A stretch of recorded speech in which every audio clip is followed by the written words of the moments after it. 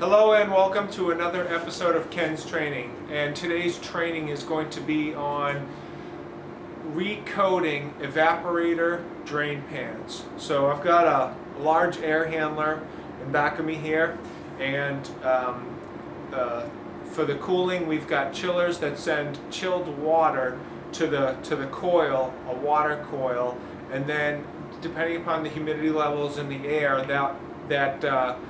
when we do have cooling going on and we're sending chilled water, well, the humidity in the air will condense, or it'll drop below the dew point of the air temperature.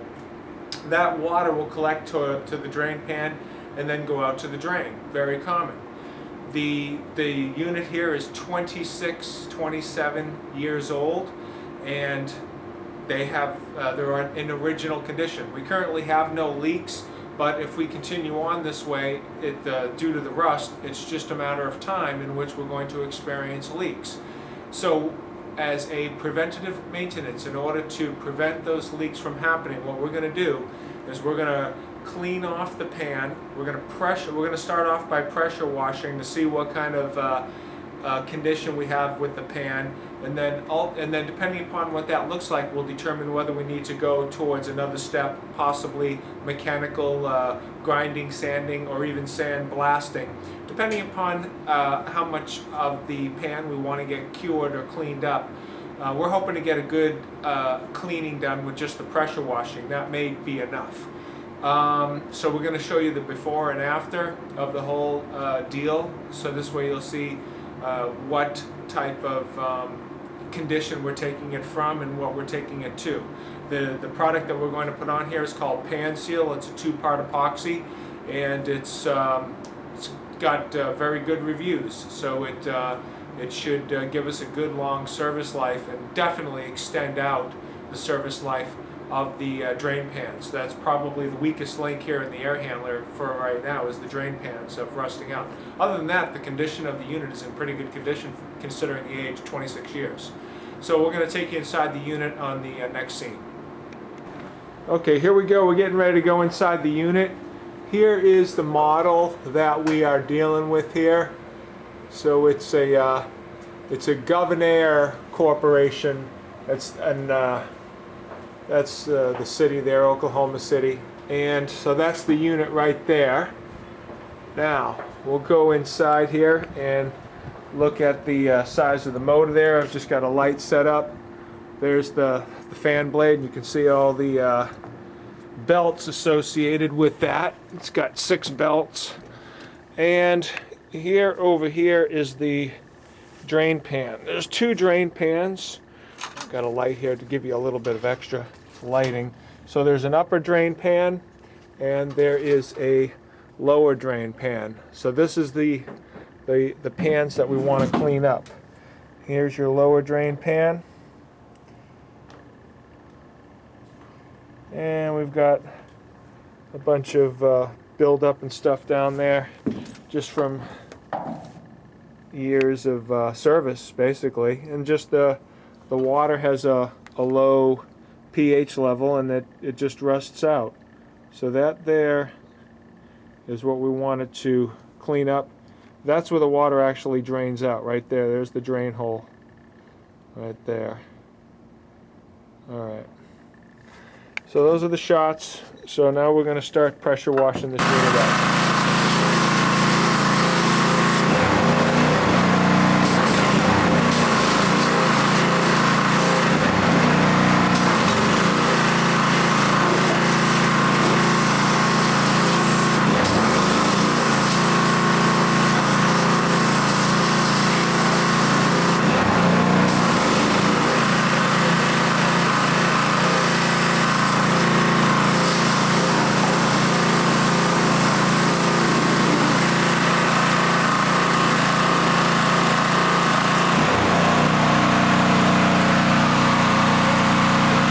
On my way into work today, I was ready to go to Disneyland. That didn't work out, so here I am at another day at the office. Mike Rowe, eat your heart out, head of dirty jobs. Alright, so what we're doing here is I got my pressure washer, and I started down here at this end cleaning out my evaporator drain pans. And as long as I got my pressure washer here, I am also washing down the coils, cleaning out the coils. The airflow is normally traveling this way going towards the fan. So I'm doing a counterflow on the pressure washing, going backwards against the natural flow.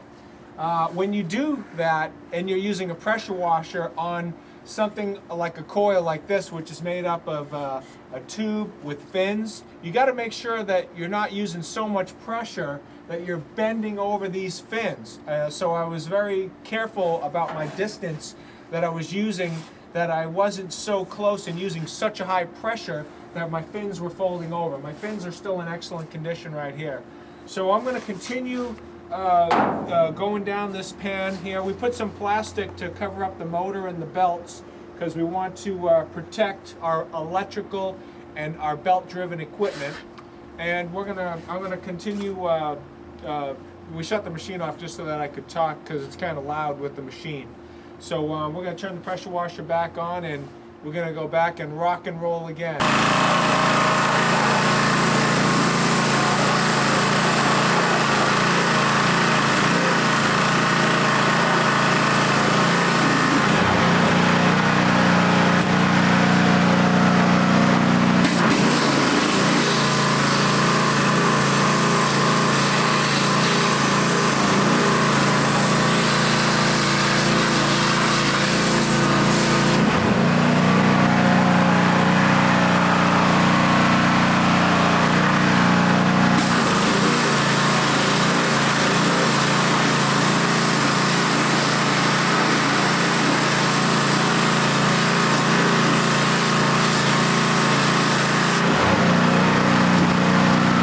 Alright, so here we are after pressure washing. A good first step. It's not perfect. You know, definitely we're going to have to do some mechanical sanding, scraping, and so forth, but pressure washing was definitely a good first step. The top shelf here is in very good condition, just with the pressure washing. It looks like this isn't going to really need much of anything. Possibly just a wiping down, drying off, and that'll be ready for the coating, for the Panseal coating.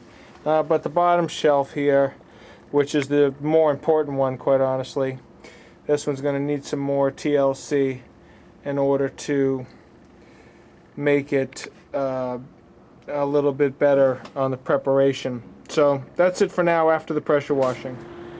Okay, we're back to our pan project. We just got done using this mechanical 4.5-inch grinder with a sanding disc. Here is the disc right here that we were using. Let me show you that and give you a zoom in on that. And anyways, it's an 80 grit paper that we were using for that, and for a 4.5-inch grinder. Okay, so now I can take you inside the tower and show you what that looks like. Not the tower, excuse me, the air handler. Alright, here's inside the air handler with the mechanical grinding. We haven't vacuumed it out yet, but you can see that we were able to get a reasonable amount of rust off of the portion that's accessible. The portion that's directly under the coil, that's the portion that's not accessible just about by any means, except for that pressure washer. I was able to get a little bit there with the pressure washer, but that's going to be probably the weakest link. Out here we'll be able to get this reasonably well. The pan is looking pretty good, and now we're just going to take some wire brushes and wire brush it down a little bit there, and then vacuum this out. So that's our next stage of this evaporator drain pan for the air handler. Okay, we have used the sander, the mechanical sander, and also wire brushes with scrapers, and then used the shop vac and shop vacked up. Now you can see what the pans look like at that stage. They actually have cleaned up quite nicely. I'm pretty impressed with how good they're looking right now. And the only portion that I could not get was directly under the coil, and I'm going to build a tool to scrape in underneath there. Just it has to be a very low profile tool. So just to give you a close-up of everything, you know, everything's looking real good. I don't see any holes. The metal's still in sound metal, and we're getting very close to our epoxy coating. Here's what that shop tray looks like up here, and that's it for now. Thank you. Alright, so far what we've done from the beginning, we pressure washed the pans down, then we went through and did mechanical sanding with a 4.5 inch grinder with sanding discs. Then we took scraping tools to scrape out both of the pans really well, and now all of that's been completed. Now I'm taking a garden hose, and then we shop vacked up everything.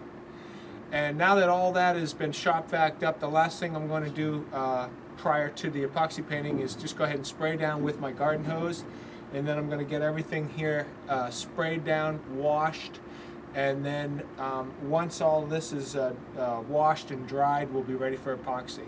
So I'm at the spraying stage right now, and here we go.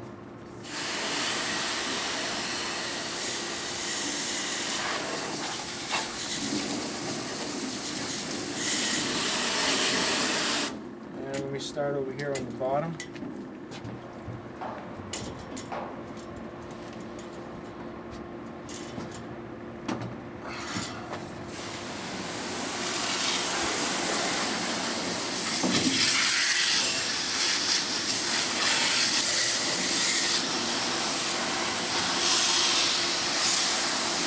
This is the furthest point away from the drain line, so I'm starting here and I'm working my way towards the drain line.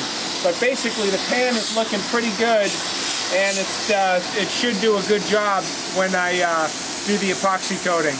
And that's it for now. Thanks. Okay, we've washed down the pans and sucked them out with a vacuum, wet dry vacuum. So this is going to be the final product prior to the epoxy coating. The metal is in very good condition, considering what we started with. Where we don't see any holes, which is really good. Here's the top. Whoops, hold on. Let me see if I can get you a better. Oh, this light that I'm dealing with is a super hot light. All right, so here's the top tray there. Looking really good. There we go. And the bottom tray there. And that's it. Just to give you an update of where we stand so far. Okay, that's it for now. Alright, today's the day we're going to put the epoxy coating down called Panseal. This is what the pan is looking like after we've shop vacked everything out. Everything is looking good.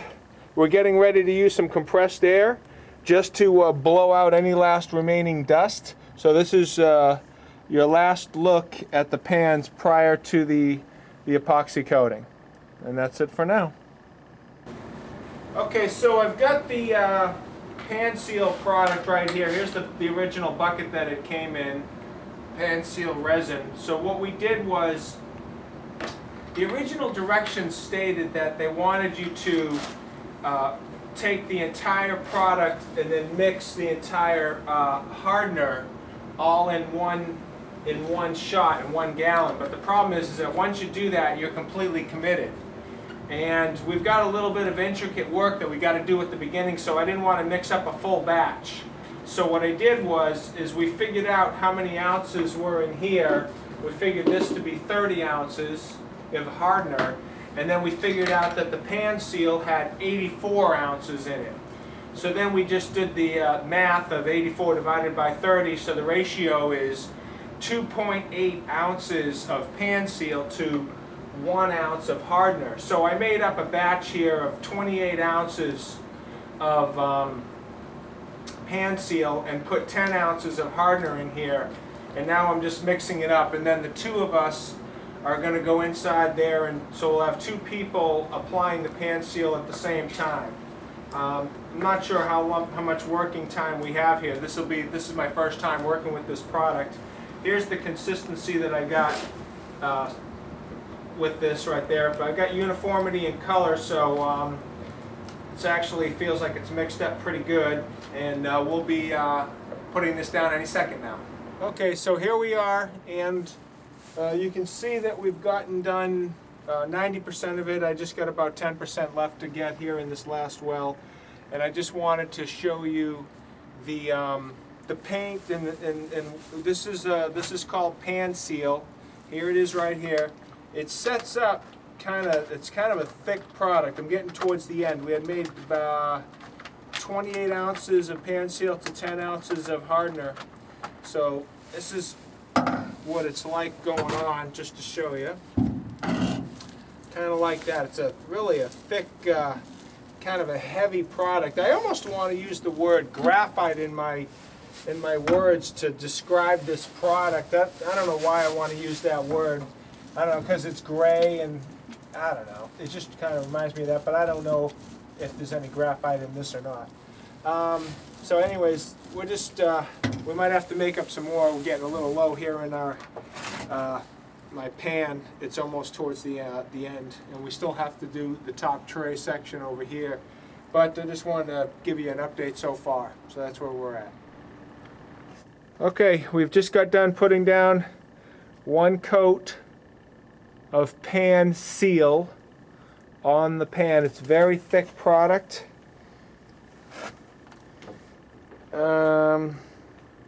Looks like it came out pretty good. It's still wet, so we're gonna come back here, take a look tomorrow to see what it looks like, see if we need to give this another coat or exactly what we need to do. But there it is for now. Just trying to show you everything. Looks like it came out pretty good though. And that's it for now. Okay, we'll see what this looks like. Alright, hello, we're back to our air handler drain pan recoating with the Panseal product. So we have one coat down. I'm going to take you inside the air handler to show you that. This is what is going on with the paint tray liners and stuff like that, and I was able to, this was one of the roller pads that we used here, and the reason why I'm showing you this is so that you can get an idea of the flexibility of this product, Panseal. So it does appear to have some ability to flex before it cracks or anything like that. It does seem like once you get to a certain point, it does get it will just, break on you, kind of get brittle. It does seem to have a hard appearance to it, and it does appear to be a pretty good coating. So anyways, I just wanted to show you that, just to give you an idea what it looked like without looking at it in the pan. Now I'm going to go and take you to the pans.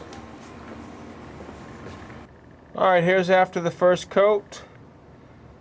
It looks pretty good. I mean, it's certainly not bad at all.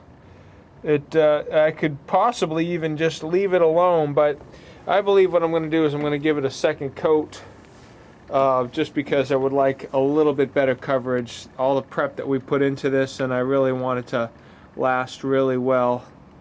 You can kind of see how it's not a completely smooth surface. You can still, the rust kind of telegraphed through a little bit, like there. I'm hoping that the second coat will just give me that a little bit more. So my intention is to sand it down with the sanding block. Here's the top tray here. You can see how nice that came out. I mean, it looks really good compared to where we were before. And there's over there by the drain. So it looks a lot better. But what I'm going to do now is I'm going to sand it down and then provide a second coat. So just wanted to give you an update on where I stand with this project, and I'm going to sand it down, use an air compressor, blow out any dust, wipe everything down, and then give it a second coat. Alright, so I want to show you, here's the one cell that I've sanded down, and it's really smoothing that out nicely. I'm using a sanding block with 80 grit sandpaper right there. And it feels like the second coat is going to look really good. Here is the a cell that I haven't done yet. See if I can position that light so that you can see that better. Alright, so here's a cell that I haven't done yet on the sanding, and let me see if I can show you what that is like. Let me get the camera set up. Alright, here we go. Do you see all these dimples that are in here? So I'm just taking this, I'm sorry, it's a 60 grit. It's a 60 grit paper that I've got going on here. So basically I just taking my sanding block. I just used the sanding block directly, but it's already used, so I just had some fresh sandpaper. Now, take this and sand that out. It really takes those dimples down. So it looks like when I put the second coat on, it's going to go on nice and smooth. And you got to rough up this glossy surface so that way the second coat will adhere better.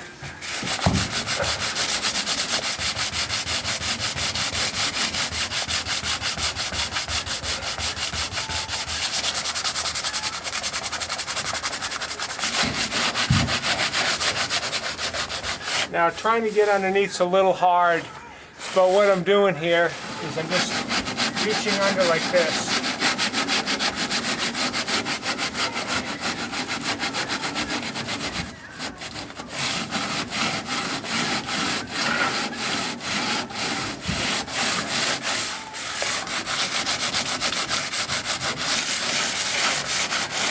And if there's like a high spot, like there's a dimple right here that's not quite coming out, I'll just take my scraper on that one and I'll work it out like that with the scraper and then sand that down. Like here's a high spot. There it is. That one came out. And right there and right there. So anyways, I just wanted to show you what I was up against. That's all. I just want to show you what I was doing there. I'm going to continue working these cells and just pretty much the same format. Just start at one end, working towards the other, and then I'll get the top tray, sand that down, and then blow everything down, compressed air, wipe it down, blow it down, compressed air with the rag. Wipe it down with the rag and then use compressed air and blow all the dust out, get it perfectly clean, ready for that second coat. So that's what I'm up against.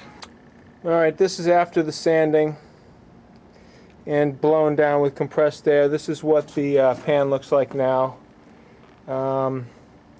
Just kind of roughed up the surface and just basically just got it ready for a second coat. Same thing with the top shelf. Just kind of roughed it up. I've been sanding it down, this whole thing, for about an hour. Alright, so anyways, this is what it looks like roughed up. And this is what these cells look like. I'm hoping that those dimples and everything on the second coat will go away and you'll see nothing but pure gray on the second coat. It should work out pretty well. So let's just give it up. Alright, here's after the second coat. I think it came out, it's still wet, so I got to be careful, but I think it came out really good. I'm pretty satisfied with the product. I think the pan, if you look at the detail, some of the rust spots did telegraph through, but it does look better than just one coat, so the second coat was worth it. Hang on. Alright, so here we are, just showing you the pan after the second coat, and I think it came out quite good. Very, very nice. Show you the detail down there by the drain. The product goes on very, very, very thick. Very thick. You got to really lay it in heavy. When this cures, it'll cure to like an epoxy finish, so it'll be a glass-like finish. So it should be very good waterproof. My expectation is, I have a high expectation that this product is going to live up to its name. Everything's still wet right now, but this is what the top pan looks like with the second coat. There you go. All right. Okay, that's gonna pretty much wrap up our complete drain pan resealing project using Panseal product. Now let me show you the product. And this is the product that we used. Panseal resin, and it came with this hardener right here. Both of these here was $200 on the Dynesic website. Right there, if you'll do the Google search, you could find them on Dynesic.com. Anyways, I pretty much used up the whole thing. I'll show you how much I've got left over here. 2 coats, so I mixed up half of it, did the one batch, and then sanded everything down, blew everything out, wiped it down, and then gave it the second coat. But it feels like a really good product, like a good waterproofer. Let me show you how much is remaining after that second coat. Let me just angle this down. And okay, so just that much is remaining. Not too much. I've got a cooling tower where I'm actually doing some repairs on the cooling tower, so I'm going to go and roll that on the side to put some extra waterproofing on the side of a cooling tower. But that's going to conclude this video. Now I want to go over the benefits of using this product, Panseal. Now I videoed and documented for you, the audience. You saw me do 1 air handler from start to finish. At this particular property I have 2 air handlers. Before I even started the project, I received a quote from a contractor who specializes in epoxy coating drain pans for air handlers. And the quote came in at, get this, $17,000 for both air handlers. Now that was a soup to nuts quote for him to do everything start to finish, so I wasn't involved in that at all. But look at the cost savings with doing it with the product that I used and so forth. We already had the pressure washer in-house, so we didn't have to rent that or anything. The Panseal is $200 per gallon. It took 1 gallon for 1 air handler. I have to buy a second gallon, so that's a total of $400 to have 2 Panseal products. I had to buy some sanding blades to use with the 4.5-inch mechanical sander grinder.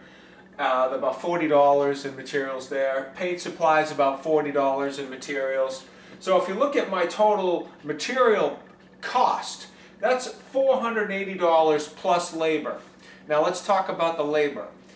I didn't document it extremely well, but approximately 10 man-hours per air handler. Well, even at an outrageous price of, let's say, $100 an hour, which that's not what the customer's being charged for our labor, but hypothetically, even if it was $100 an hour, at 10 hours per air handler, that's $1,000 in labor per air handler. I got 2 air handlers, that's $2,000. So even with $2,000 in labor at $480, that's under $2,500. Quote came in at $17,000. You see how out of balance this equation is when you start, hiring these people with these outrageous quotes that come through. So this was an extremely cost-effective way, and the results, as you saw in the video, and following here is some pictures before and after. The results is very good. The existing air handler was 26 years old. We went through, put the Panseal on. I feel pretty confident that we'll probably get another 26 years out of that. The coil is going to fail before those pans fail with this product that's put on there. So I give 2 thumbs up for Panseal, and I recommend this product for you to use in your applications when you see fit to do so. And that's it. Thank you.